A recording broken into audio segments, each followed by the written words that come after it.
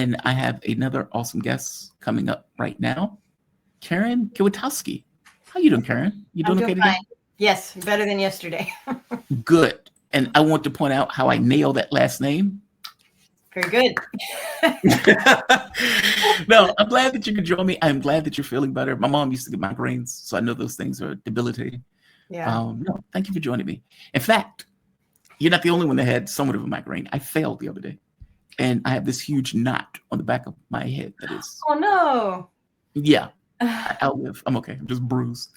But Lieutenant, or let's say retired Lieutenant Colonel Karen Kwiatkowski, she is a retired U.S. Air Force officer whose assignments included duties as a Pentagon desk officer and various roles in the National Security Agency. She's author of several books, including African Crisis Response Initiative, Past, Present, and Future, and also Expeditionary Air Operations in Africa, Challenges and Solutions.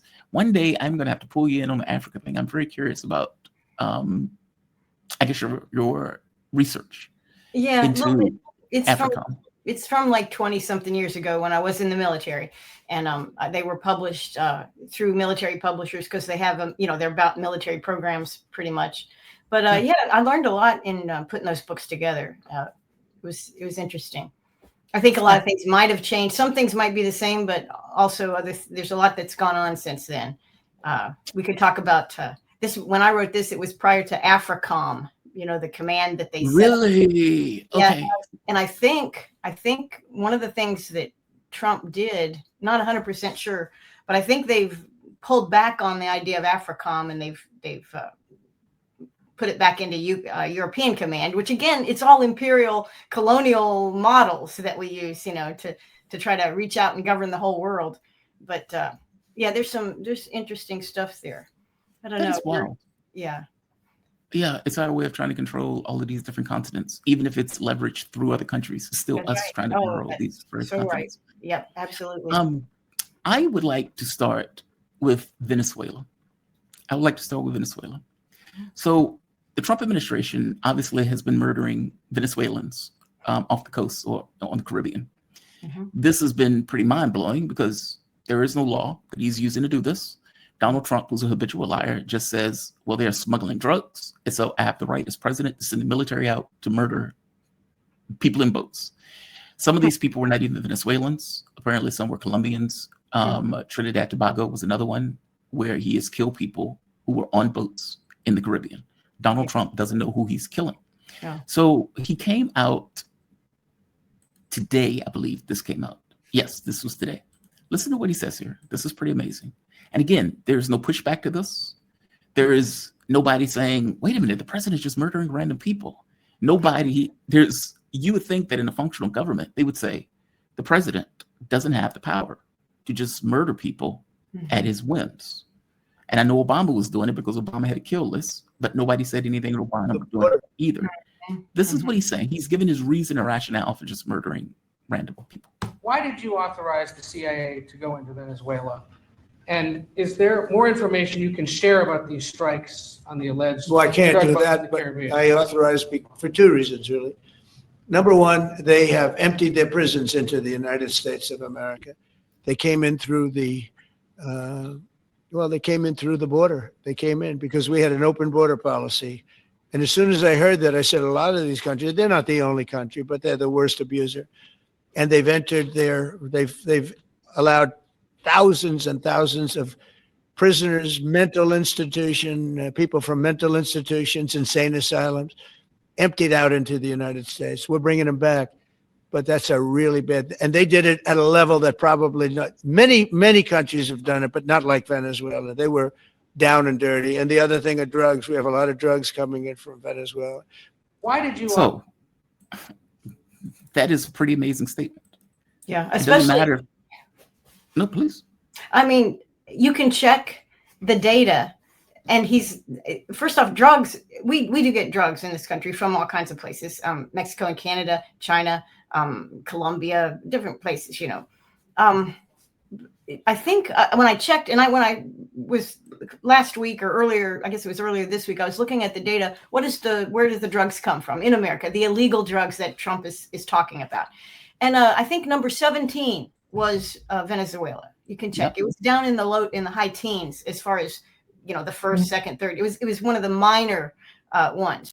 And initially, when he talked about Venezuela, he was only talking about drugs, and the boats he was blowing up, they were drug boats. And now he's talking about, they sent a bunch of their prisoners and their mental people. Well, you know what? Almost every country in Central America where they had people coming up, those people were coming through.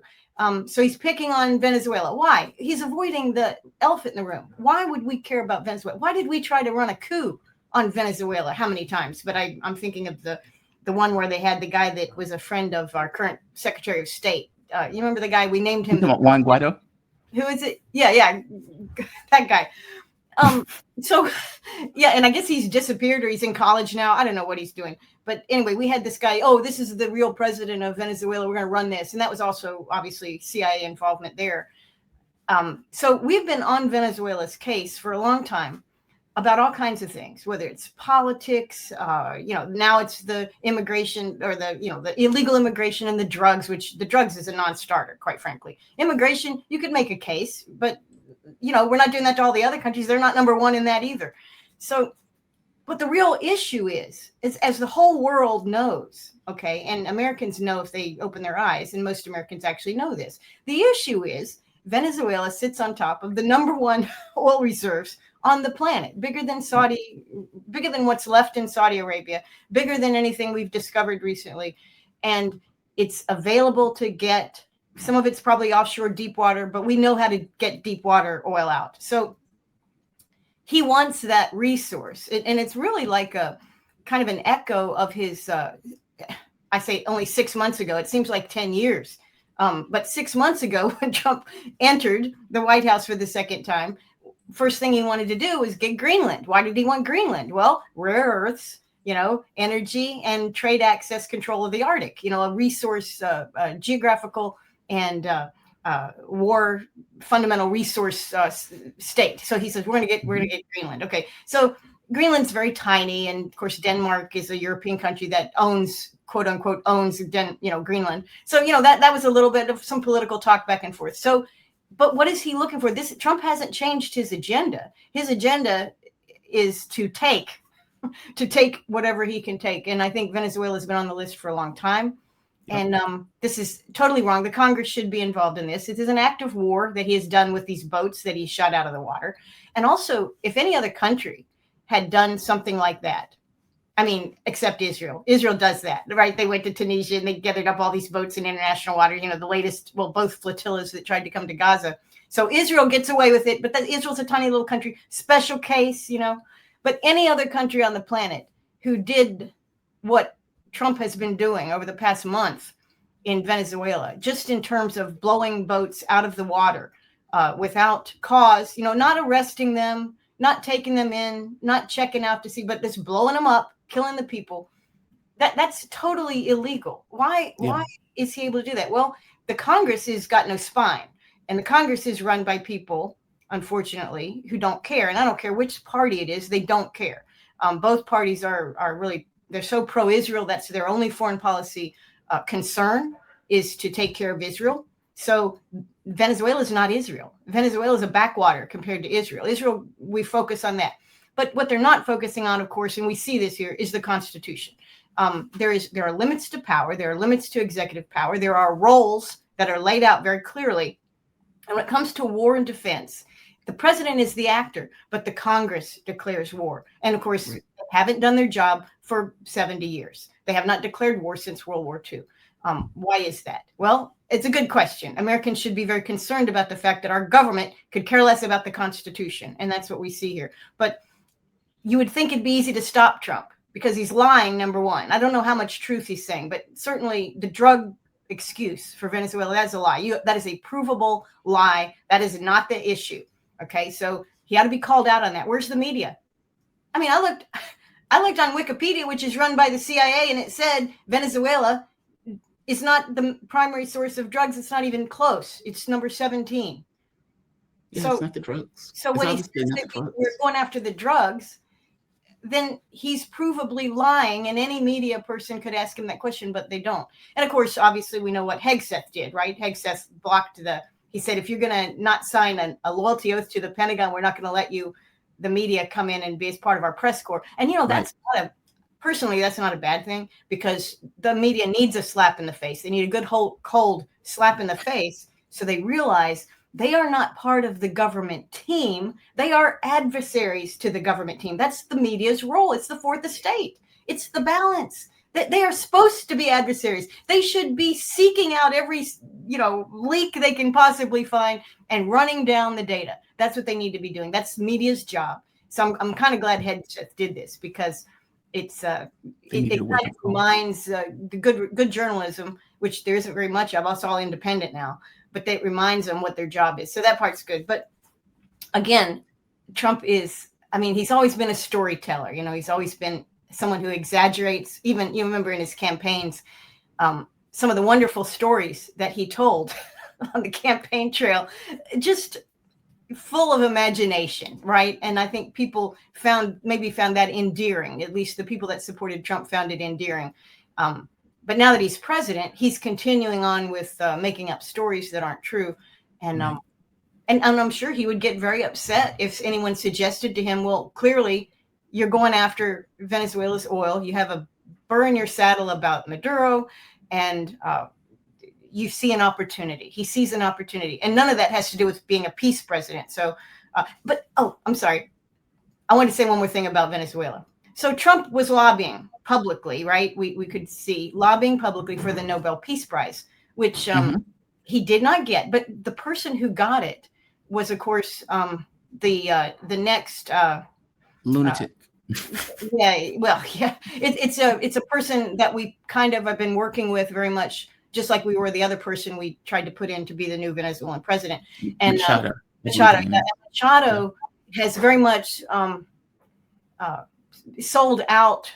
Well, she wants power, which sure, politicians want power. She wants power, but the way she intends to get power is have the U.S. back her, which we are doing, in order to trade Venezuelans' natural resources and business opportunities, not to the highest bidder or not to the best, not to Venezuelan companies, certainly. And I think a lot of the Venezuelan companies are in bad shape, but solely to America. He's like, well, you know what, America, Washington, if you will put me in power, you will get all this stuff back. Now, how often have we seen that before, all over the place? And so this is what, and all of a sudden they said 17 or 15, 24 hours before they made the decision, or maybe it was after they'd made the decision on the Nobel Peace Prize, the committee, the betting, how they have online betting, like to predict what's going to happen. All of a sudden there was a huge spike. Oh, it's going to be Machado. It's going to be Machado, which tells me Washington knew it was going to be Machado. They were secretly lobbying for her, because that's the next best thing for Trump getting it, to put her up as somehow a peace candidate. And also, she's probably, honestly, less qualified for the Peace Prize than Trump is. And we know Trump's not qualified for it. So anyway, crazy stuff's going on. And we are just as deep in the intrigue there as we have been in the 60s. It's almost like we're going back to the 60s with the rise of the CIA and the rise of, hitting, picking and choosing the world's leaders. I don't know how we got there, but we went back to the future. We're in the past, really, and it's a refreshed, high-tech, computer AI-aided CIA control of things.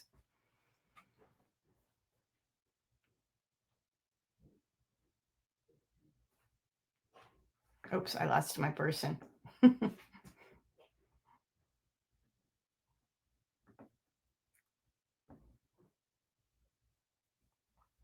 Well, anyway, I'll keep talking, I guess, since we're still rolling.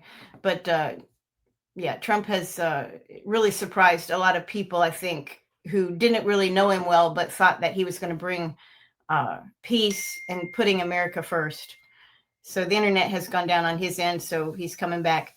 But it's very interesting what we're seeing. And I think it doesn't take a lot of knowledge of history, recent history, or the history from 60 years ago, 70 years ago, to see the similarities of what Trump is doing, which means Trump did not bring to us a new era, which he promised.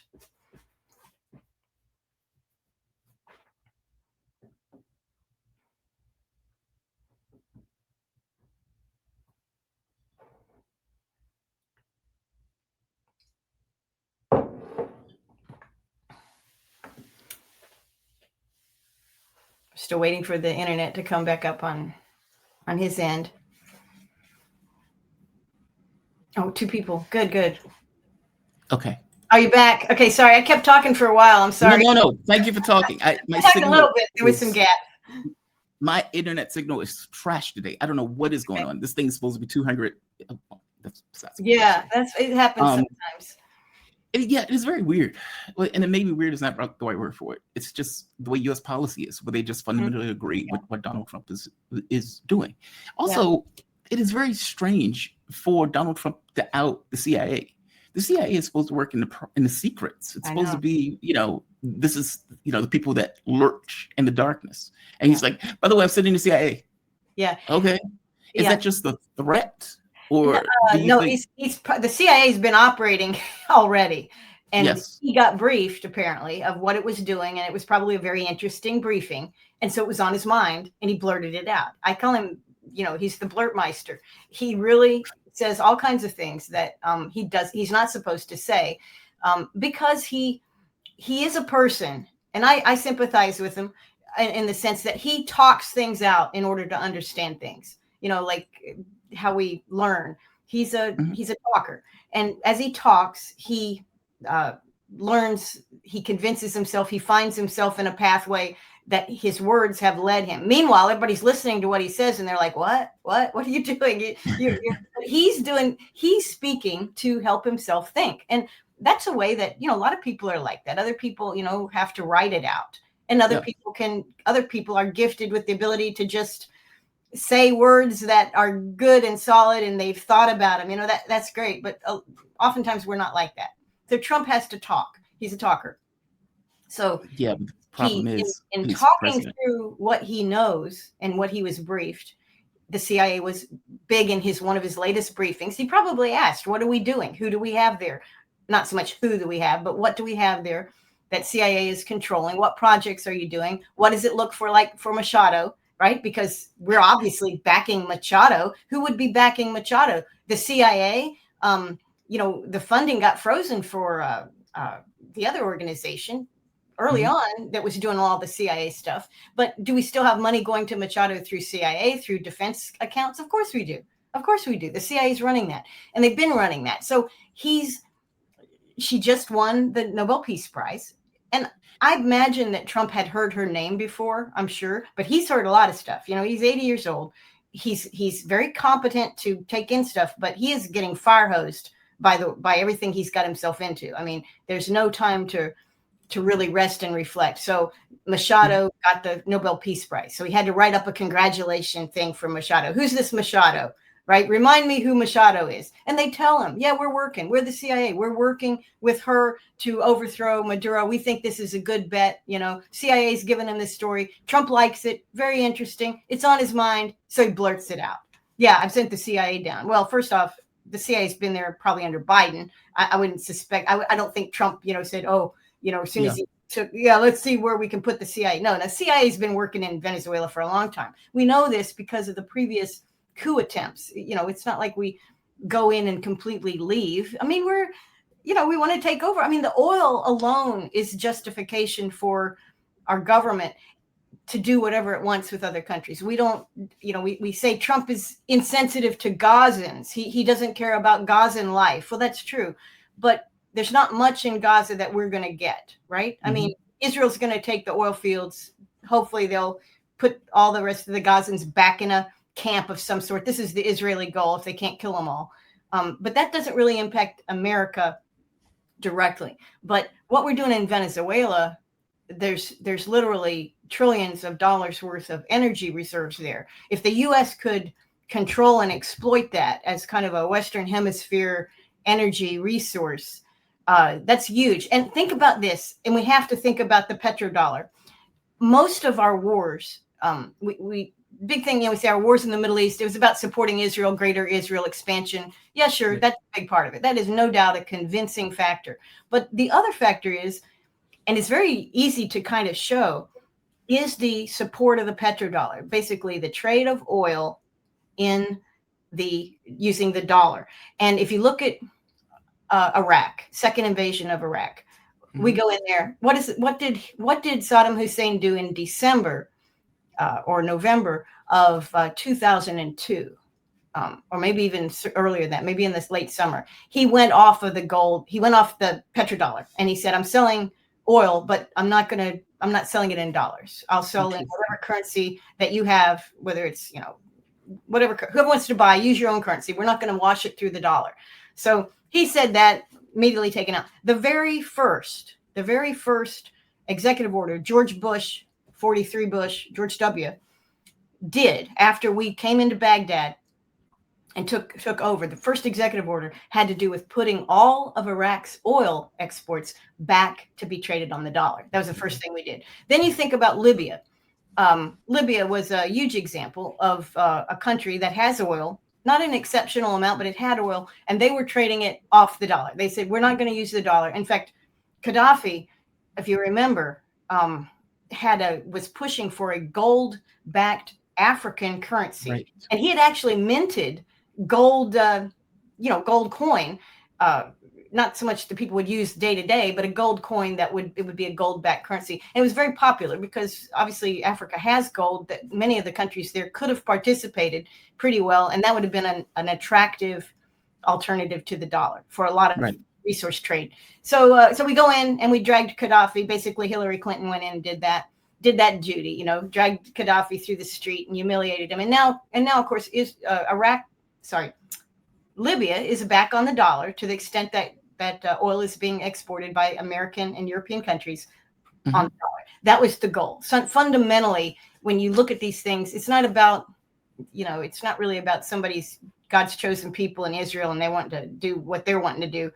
It is about fundamental resource control, which is what not capitalism. I disagree that that's a capitalism fault, but it is blamed for that. But it's certainly imperial. It's an imperial pattern, right? I mean, what do you have an empire for? You have an empire so you can go rape everybody else's resources and bring them home and enrich yourselves. I mean, that's what they do. So that is the capitalistic impulse, right? It is. How do we maximize profit? I like to separate state capitalism, which I see is associated with imperialism, with actual free market and free trade. I hear you. Yes, I do.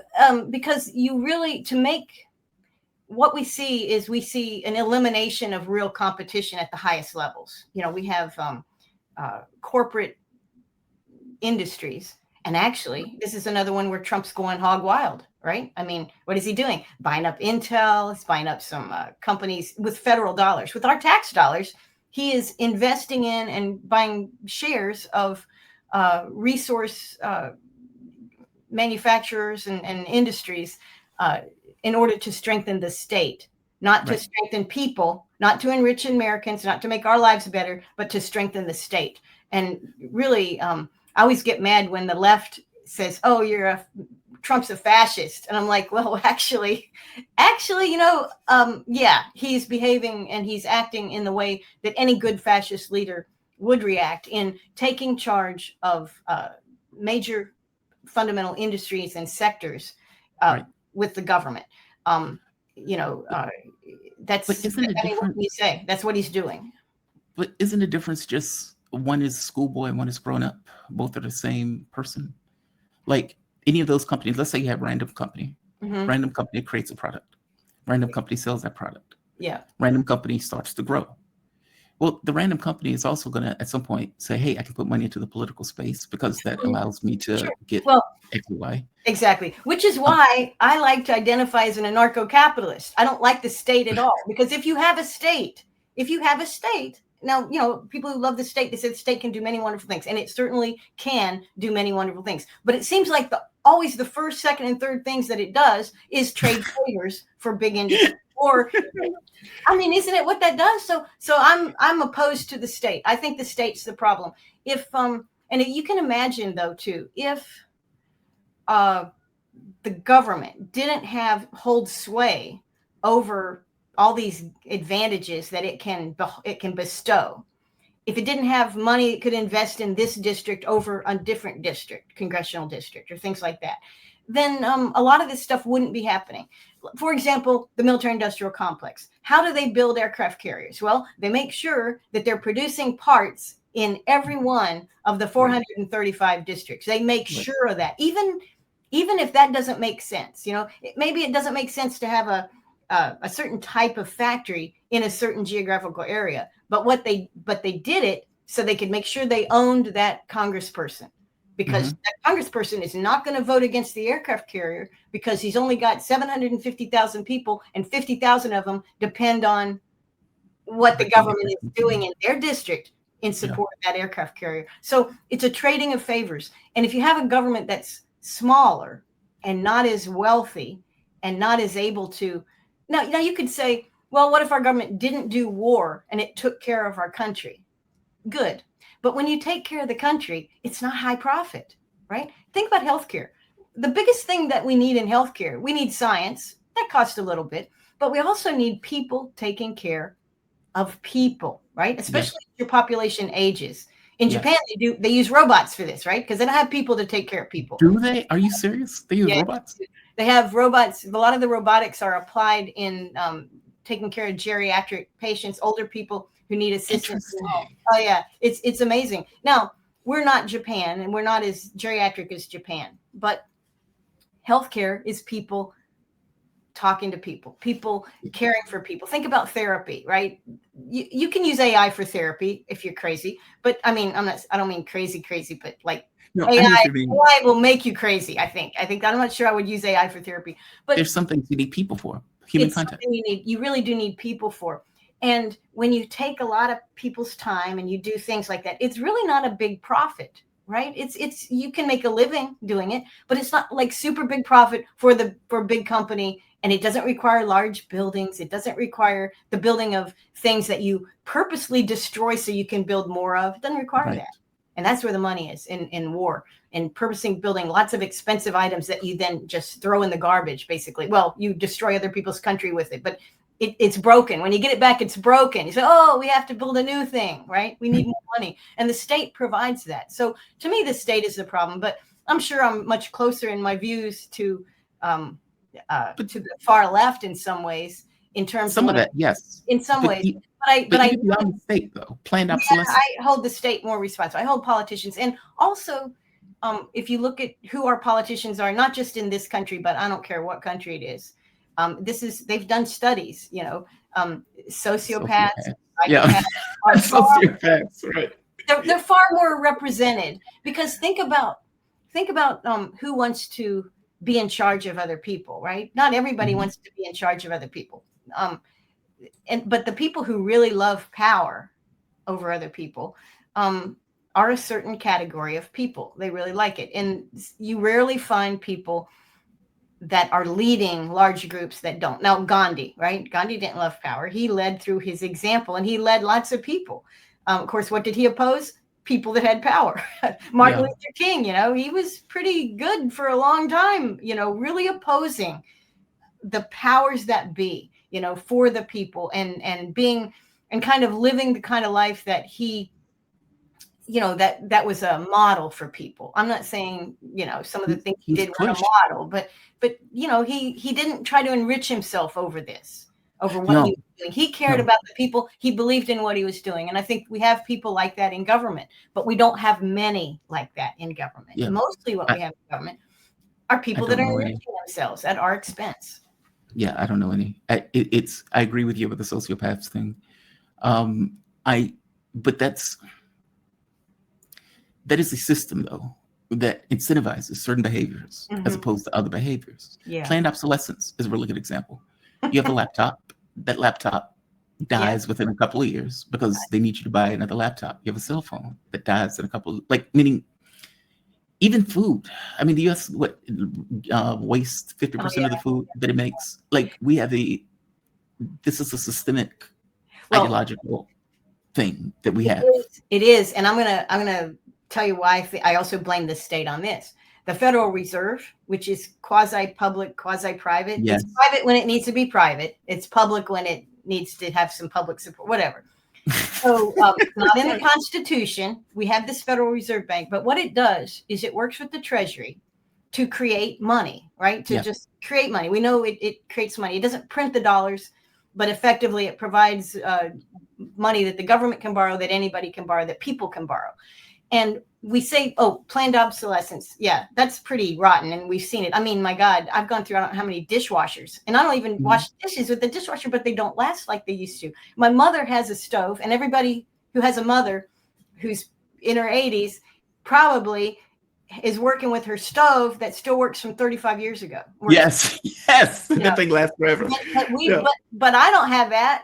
I don't have that because we don't get that. We're not. But I think part of what drives that is the inflationary growth of dollars in our society and in other wealthy societies, relatively wealthy, because our society isn't really that wealthy. We have wealthy sectors of our society. Most of our society is not wealthy, but the inflationary pressures that are created on purpose to allow the government to borrow money, mainly for war, right? Because usually governments don't borrow money for any national projects except war. War is the big emergency. War is the one, oh, we got to fight. We're going to die if we don't do this.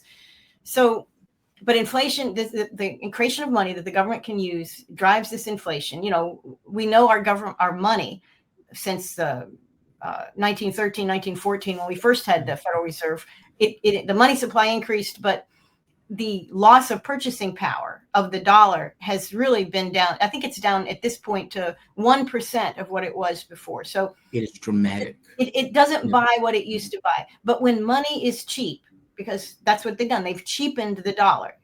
But when money is cheap, everything else is cheap. Because money's cheap, right? Well, I'll just go buy a new phone. How much does it cost me? You know, not much, relative.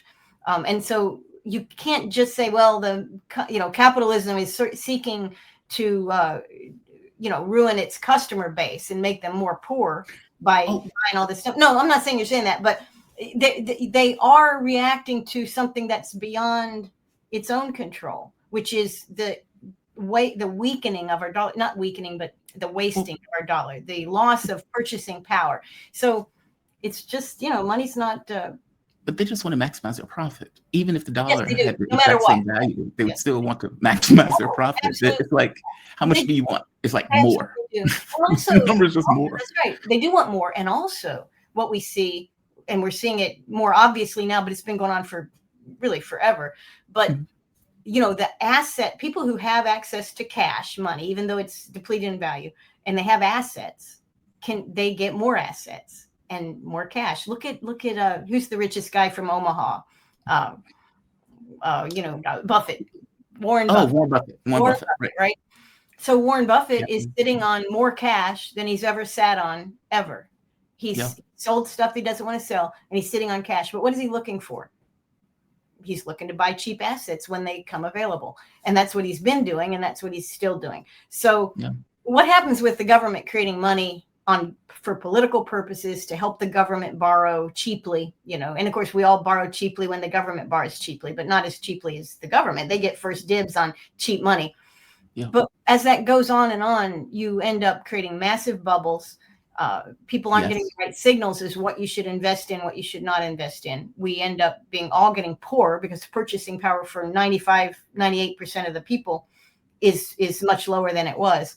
In the 70s, one income family could support 2 kids in a car and a house.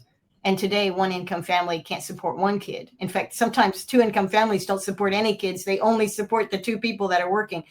So it's very a different kind of society. And it's an enslavement, really. We are becoming people without choices. You have my agreement on that one.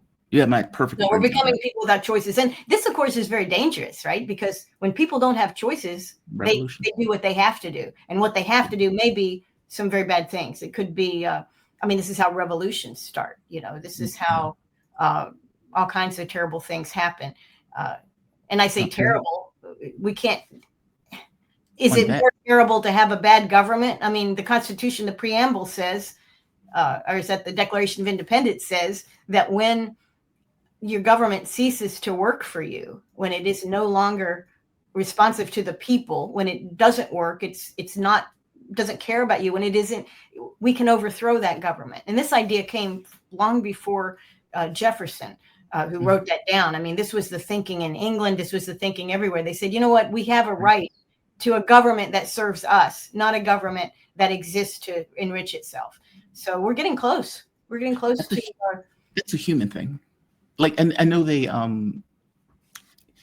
governments have a vested interest in trying to deter people from that sort of thought, right? They need to be the single distribution of force vector in a particular society. That's right. But you're absolutely right. A government is not a magical thing. It's there in order to deal with the practical realities of life. That's right. And it's at a certain point, yeah, when he can't do that, something else needs to take its place. And we are close. There's a book. I want to move on to the next issue, but there's a book called End Times by Peter Turchin. You will love it. Okay. You will love that book because he breaks this down in a scientific way, looking back over the course of like thousands of years and how societies, he calls it an overproduction of the elites, where you get too many. He's like, the issue is not the number of poor you have in a country. The issue is the number of elites you have in a country, the resources that they suck for themselves, the immiseration of the working class and the poor as they pull those resources. And you get this kind of ossified system that no longer has the capability of moving. And you get these wannabe elites who can't get into the various aspects of the elite. And he points out these are the most dangerous people on the planet, because those people are going to use the poor, the middle class, the people who they've been screwed over for all of those years to effectively overturn the government. Yeah. Every 200 to 400 years.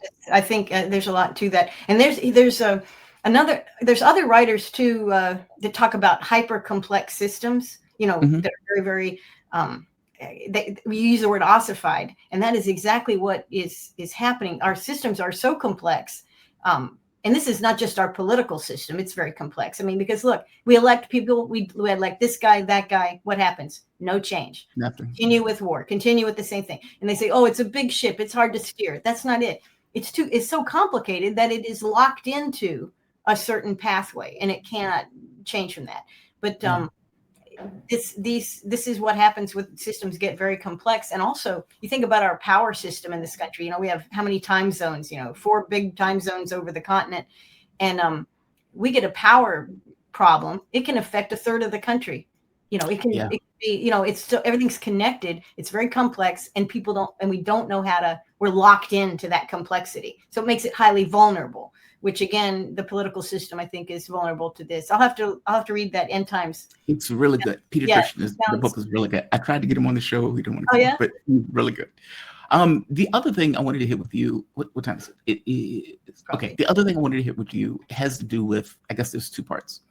One, Financial Times is effectively saying, it seems that the Tomahawks will be going to Ukraine, that the U.S. is going to use contractors or people pretending to be contractors to fire those directly at Russia. It seems that the targets have already been determined.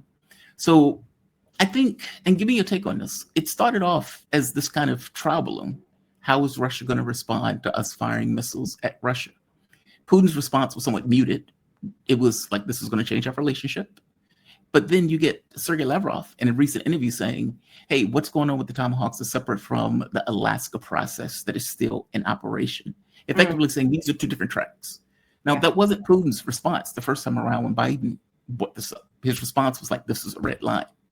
And they've apparently have backed off this red line to, well, I mean, our air defense, this is an old missile. It may hit a few targets, but all things being equal, it's not going to change anything on the ground.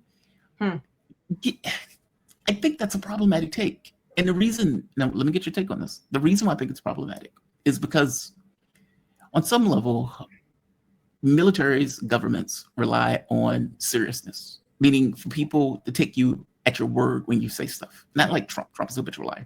But if Putin says, if you put troops into Ukraine, those people are going to die. Now, if Europe believes that, they won't put troops into Ukraine. If Europe doesn't believe that, they will put troops into Ukraine, regardless of whether what's true. So it's like your word on some level has to matter in order for the next word to matter. Yeah. And up to this point, they've taken everything that Putin has done that's pragmatic as weakness. And my fear on this is that they're going to do the exact same thing with this. See, we knew he wasn't serious, which means at some point he will be serious, and we will all be in a world of hurt. Oh yeah, I Give me your can't. take on this. Yeah, I don't understand why the United States, why Trump is having a hard time understanding where Putin is coming from. I don't understand why he can't take Putin at his word, and really look at Putin's. You can look at Putin. He's run that country for quite a long time, right? We have evidence of how he thinks and operates and what he says, and there's a remarkable consistency in Putin's objectives and his words and where he stands throughout that time frame that he's been in charge of Russia. And of course, he led Russia really from a very difficult time. The post breakup of the Soviet Union. It went through some terrible times. So he's a person who has some experience with difficult things, and he speaks honestly. He speaks openly. He's not. You never can catch Putin saying one thing to one group and another thing to another group. Yeah, you don't have that. So I don't know why they don't understand it. The only thing I can figure is our intelligence is not either it's not very good, which is very possible, or the intelligence isn't getting to Trump. Trump is surrounded by people that have an objective that's very different than what intelligence would advise him to do vis-a-vis Russia or Ukraine. And the other thing is, I believe everything with him is transactional and it's business. And he may be just trying to, just like we did with the bad Patriots, or Patriots are not that good, right? Older technology. We sent Patriots to Ukraine, and of course they were messed up. They were destroyed. They didn't really last very long, and we eliminated them. This is the military industrial process, right? We build things to get destroyed so then we can justify building new and more expensive things. It's possible that they want those Tomahawks to be destroyed, and it's like they may be looking at it. Trump may be looking at it, or his people, or whatever. Well, he'll think we're serious if we send Tomahawks. We don't have any faith that these Tomahawks will actually end up being launched anywhere. And the test of this would be, will Poland host the Tomahawks? Will Romania, we have a base in Romania, will that host the Tomahawks? And Romania will launch Tomahawks against Russia? No. Oh, I see. No intention of doing that because they know what will happen. But Ukraine, it's like, well, it's mostly wasted. It's a big exercise for military technology, see what happens. I wouldn't put it past Trump to say, well, if this is one of our options, let's see what happens. And if we lose the Tomahawks, if they're destroyed, like the F-16s, remember we sent F-16s, that was a huge game changer. And first off, they had to hide them because they were targets on the ground in Ukraine. And they had couple of wrecks that they said it wasn't the Russians, but pretty much they don't fly the F-16. The F-16s that were given to Ukraine are gone or permanently grounded. They're not being used. So they may think, that's evidence. You send any kind of older equipment or any type of strategic weapon to Ukraine, it will be destroyed. If we destroy these old Tomahawks, that gives us a military industrial incentive at home here to spend more of that $1 trillion that Trump gave to the Pentagon. I wouldn't put it past them to sacrifice the Ukrainian, what's left of their state and what's left of the Ukrainian people. I would not put it past Trump to sacrifice them on the altar of what he wants to do, in the Western Hemisphere, to be the god of the Western Hemisphere. He would say, just like he sacrificed the Gazans. The very fact that you have Trump on that panel of peace deciders in Gaza. And that criminal Tony Blair. Yep. Well, the criminal Tony Blair, criminal Netanyahu, and criminal Trump, but Trump's weapons and look, we mark our weapons. They know what American weapons are. The Israelis use American weapons, and we've for years, for 30 and 40 years, we see pictures of American weapons fired on Palestinian targets. Okay, so Gaza has been destroyed by American weapons, primarily American-made weapons, and they've known this from day one. So this idea that we're going to have peace, after all, by the same guy that's been providing all the weapons that have been put on Gaza, it makes no sense. And so this is the world that Trump lives in. He does not care as president. I'm not saying what he cares as an individual person. He doesn't seem very conflicted, but I'll withhold judgment on how he feels as an individual person. But as president, he could care less about people in war zones. He really could care less about them. It is trumped by his bigger interest, which is to create this massive military, clearly, even though that's not what he said he was going to do, but that is what they want to do, because there's a lot of money churning around DC that is, and the country, our military industrial complex is a major part of our economy. Right. So he wants to do that, and he doesn't really care what happens, because I'm telling you, Tomahawks, Putin has been clear what will happen to them.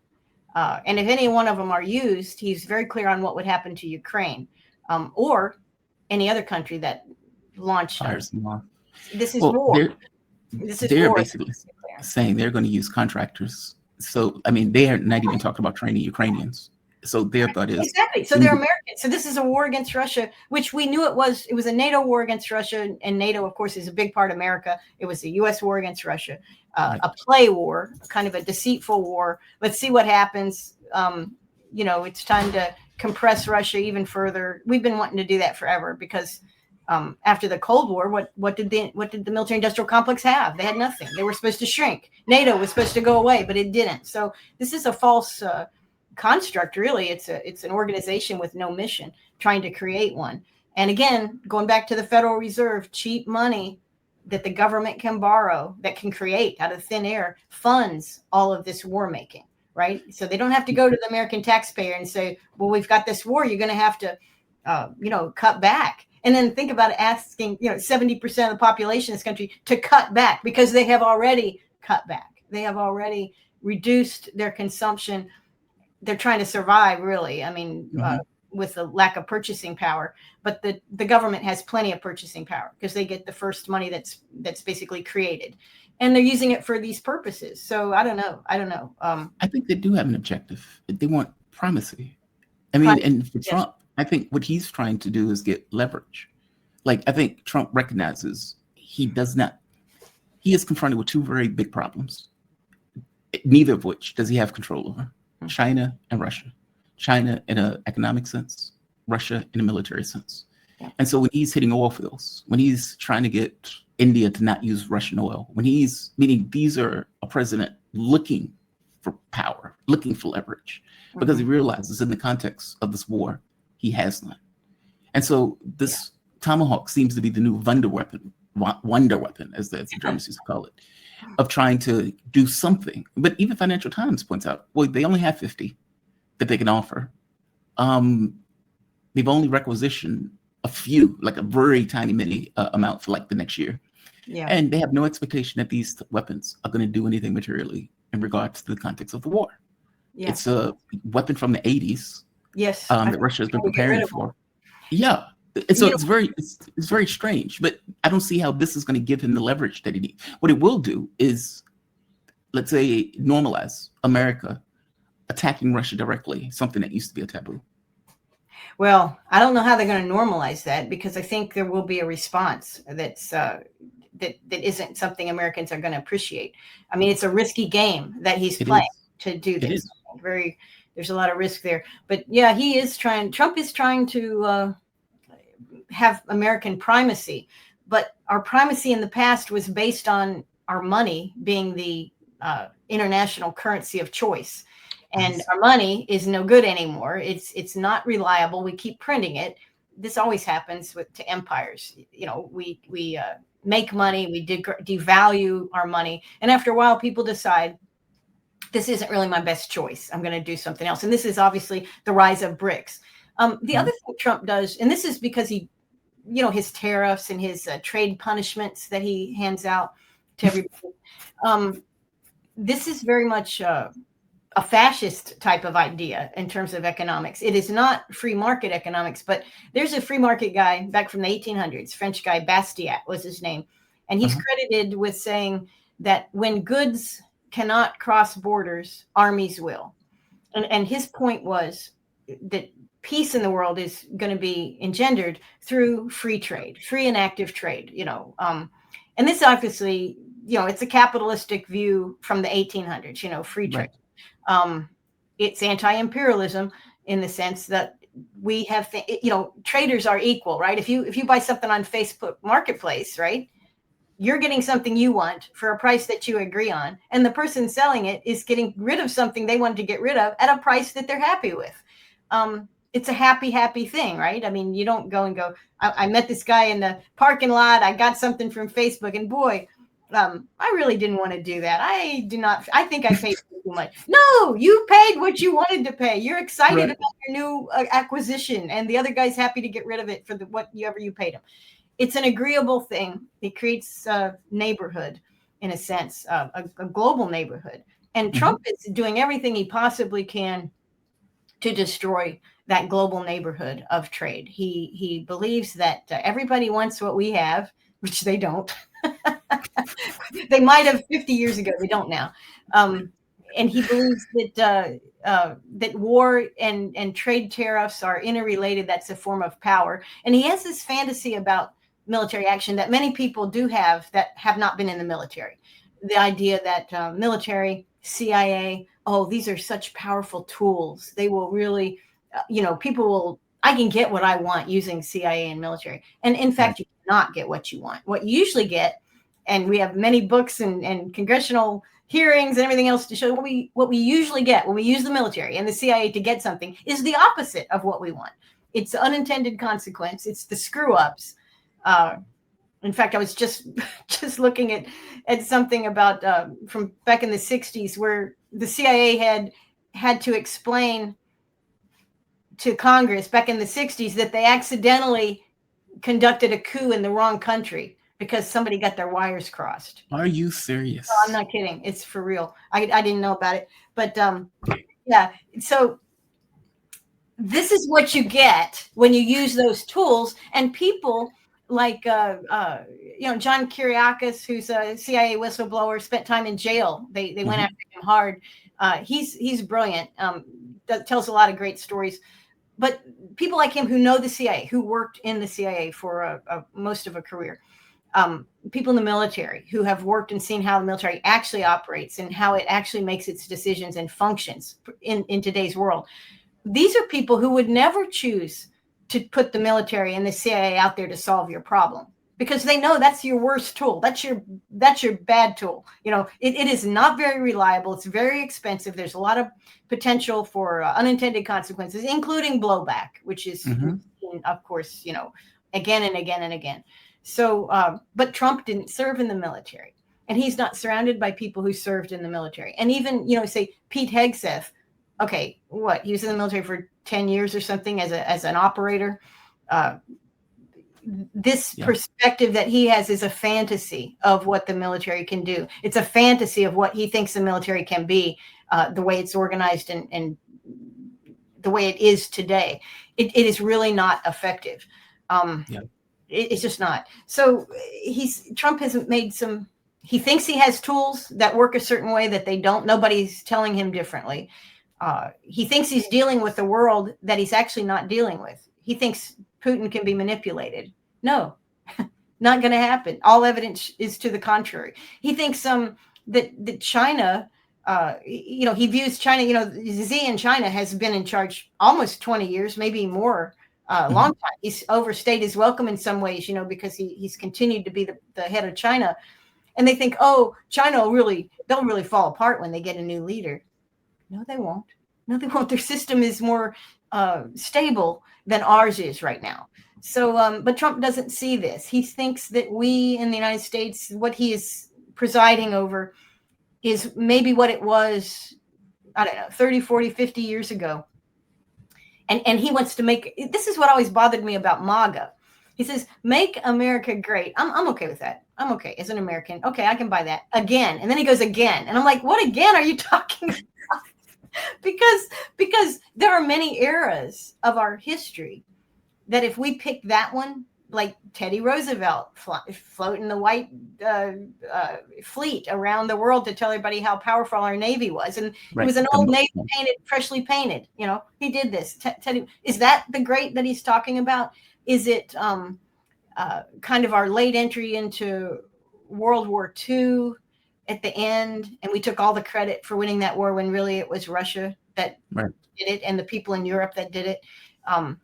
Is that the great that he's talking about? I don't know what he's referring to. And this is a problem I have with Make America Great Again, because I don't know what he's talking about. I would like to go back to probably the mid 1800s, maybe at the very beginning, maybe 1791. I don't know, when we had a constitution that people agreed with and followed, at least for a year or two, they followed it. That would be my thing. But I don't think Trump agrees with that. I think he is envisioning something else that really never existed, like he thinks it did. And this is a problem. But again, what other president have we had recently, or could we have, that understands American history, that understands trade, that understands how money works? And if you degrade your currency and you're a global power and everybody loves the dollar, and you start chipping away at the value of that dollar and you start cutting trade with everybody, so why would they want to trade on your currency? Because you're being a bitch about it. You're penalizing people. You're changing your mind every day, right? You're hurting your country. That doesn't make America great again. That diminishes America. So I don't know what he's thinking. I don't know what. Yes, the opposite. It's really been a huge disappointment for sure. Although, because he blurts out everything, we Americans can become wiser, because Trump does tell us what he's doing. We don't know why he's doing it, and we may never know. But at least he tells us. Yeah, I sent the CIA to Venezuela. We're going to do something down there. What? Well, at least he told us, right? We didn't have to find out. Like, when they killed the leader in the Congo there. What was his name? It's not Lumumba. It's Patrice Lumumba. Yeah. Okay. But we killed him in the backseat of a car. CIA went and killed him. I think they poisoned him or something. Anyway, we got rid of him. The CIA did. He was a populist leader, right? Obviously, we can't take anybody that's going to be independent of our colonialism. So they killed him, and we didn't find out. The American people didn't find out until 70s, when they had those Hamilton and some of there was a big set of hearings on CIA activities in 73, I think it was. So they produced a lot of exposure of what the CIA had been doing in the previous decade. And Patrice Lumumba's assassination was one of those things. But at the time it was happening, we had no idea. People were like, what? We have CIA in Congo? They didn't know. So at least Trump's telling us. He's got the CIA in Venezuela. We've picked our leader. She's a Nobel Peace Prize winner, Mrs. Machado. And she's going to let the U.S. have all the oil in Venezuela. At least he's telling us that it's what he's doing. But American people are going to wake up. This wild. I mean, they don't. America seems anesthetized. The last one I wanted to get you on, and could be the last question. Okay. Is this deal going to last? And I'm asking this question knowing full well that Israel has already violated the deal. Yeah, they've. You have Palestinians that have already been killed. You have Israel deciding to cut the amount of aid that's on those trucks. Well, they haven't delivered. I don't think any aid's been delivered, and they're stopping it already. Yeah, so it's like backed up at the border, and they're not letting it through. Yeah, Listen to Trump on this, because Trump mentions this. They ask him about this. And notice the we that he uses when he's discussing this. Absolutely, they're looking. So we have the living hostages all back. They returned some more today. It's a gruesome process. I almost hate to talk about it. But they're digging. They're actually digging. There are areas where they're digging and they're finding a lot of bodies. Then they have to separate the bodies. You wouldn't believe this. And some of those bodies have been in there a long time. And some of them are under rubble. They have to remove rubble. But there are graves, and some are in tunnels that died in tunnels that are way down under the earth. And the tunnels are like 3 feet. Can you believe it? 3 feet high. They lived like this for a long period of time. It's a horrible atrocity. At the same time, we, meaning Israel, but I knew everything they were doing pretty much. I knew most of the things they were doing, but they've killed probably 70,000 of these people. By the way, that's a low ball number. And it's the we that I think is probably the most honest. Yeah. Well, Trump, when he went to Israel just the other day and he spoke to the Knesset, right? He gave them this big thing. Did you watch part of that speech at all? The Knesset speech last week? Yeah. So, I mean, he talks about Marian Adelson in that speech. He basically says she bought me and I'm hers. And not just, by the way, not just bought him. She even said, I asked her which country did she like the most, and she wouldn't answer. It's probably Israel. Yeah. So a woman who's functioning at the behest of Israel that you acknowledge That's has right. bought you. That's right. That's Oh, yeah. So he blurts out the truth if you want to listen to it, but it should be humiliating for Trump. But I think he's incapable of being humiliated. But he should be humiliated by watching his own speeches, because he is, in terms of Israel particularly, he is a weak tool of Israel, or at least he appears that way. And also for him to echo the Israeli narrative about digging bodies out of the rubble. I think digging bodies out of the rubble has been a big problem for 2 years. And that rubble was created by American bombs and Israeli jets. And it is filled with Palestinians. And we haven't even begun to count those Palestinians. And I saw a newspaper article just the other day mentioning that 2 million Gazans were coming, we're trying to return to their areas as a result of the peace thing. There's not 2 million Gazans. That is a way overestimate of what's remaining in Gaza. There were 2.3 at the beginning, and they've killed probably 600,000 or 700,000. And the dying isn't over with yet, because the starving is not over with yet. We've seen no aid go in. I think you have to believe Netanyahu when he speaks Hebrew, because when he speaks Hebrew and makes announcements to his people, he tells them what it is. And what it is we're not leaving Gaza, and the Gazans will continue to be eliminated and disappeared and ultimately forgotten. That is our agenda from the beginning, much earlier than October 7th, 2023. And it's what we're continuing to do. This is the mission, we're doing it.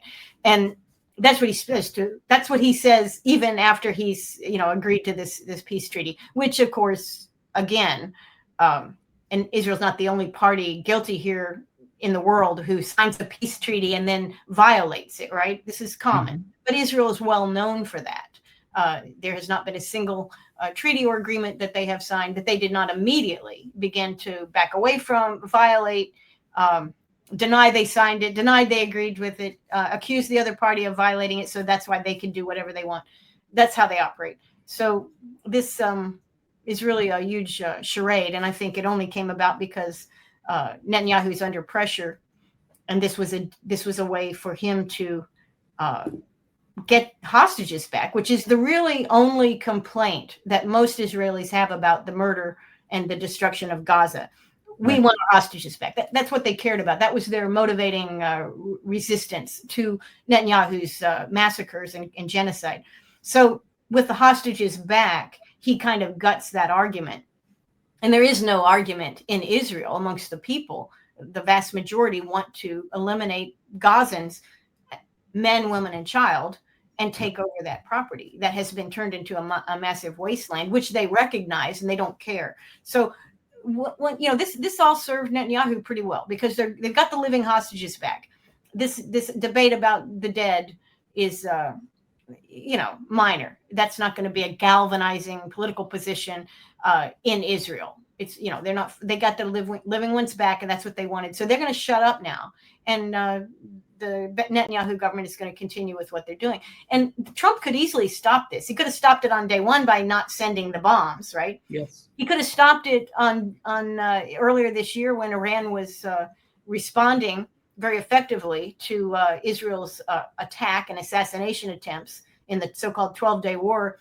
Instead of swooping in to put an end to that interchange of weapons, he didn't have to do that. And that would have brought Israel to its knees, even that small amount, even though Iran did not have the upper hand. It was a surprise attack. They suffered great damage first couple of days, but they reconvened their capabilities with their missiles, and they really harmed Israel a great deal. We're still finding out today some of the damage that was done to Israel's military and intelligence facilities there. Yes. But Trump took a choice. Let's spend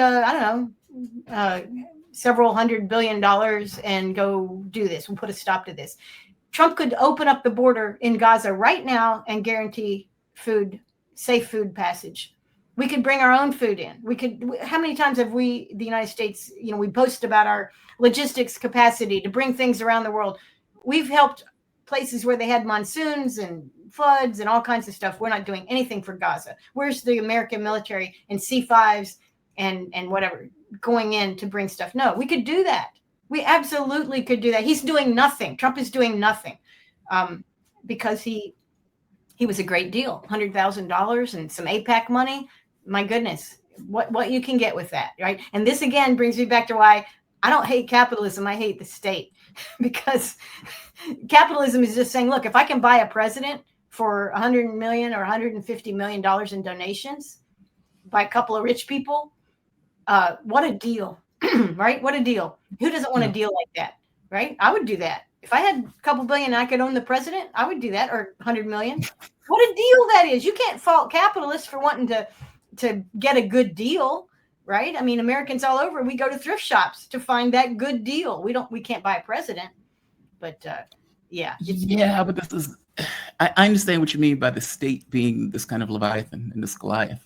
Well, it's corrupt. It's so corrupt. And it's corrupt. But we have a system that allows the buying of that president.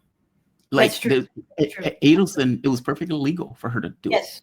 And she's not even she's an American citizen. She has 2 passports, but for purposes of donation, I'm just an American citizen. I'm just American. Yeah, I'm just involved in my political process.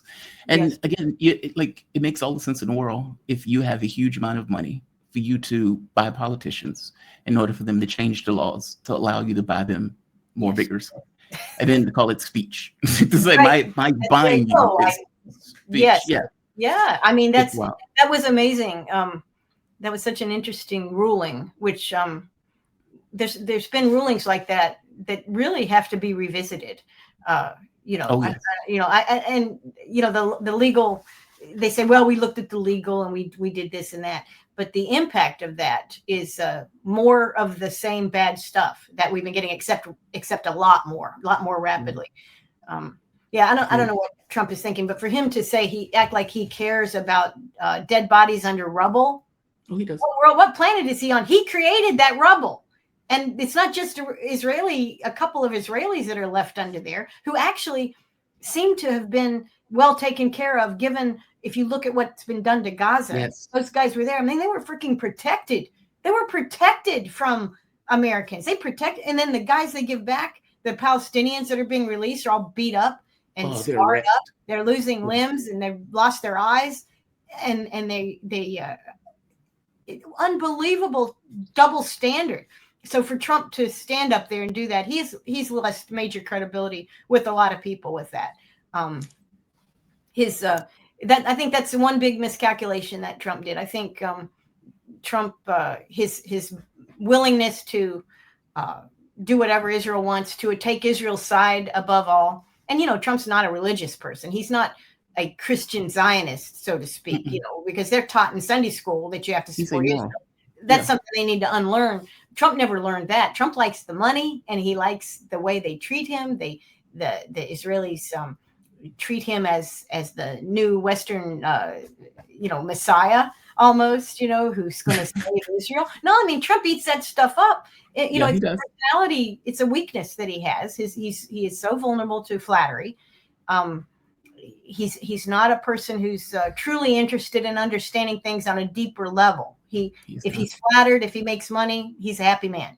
And that's unfortunate. So Trump really has destroyed the MAGA movement, because MAGA being a populist movement, there's a lot of people who are just salt of the earth type Americans who are struggling.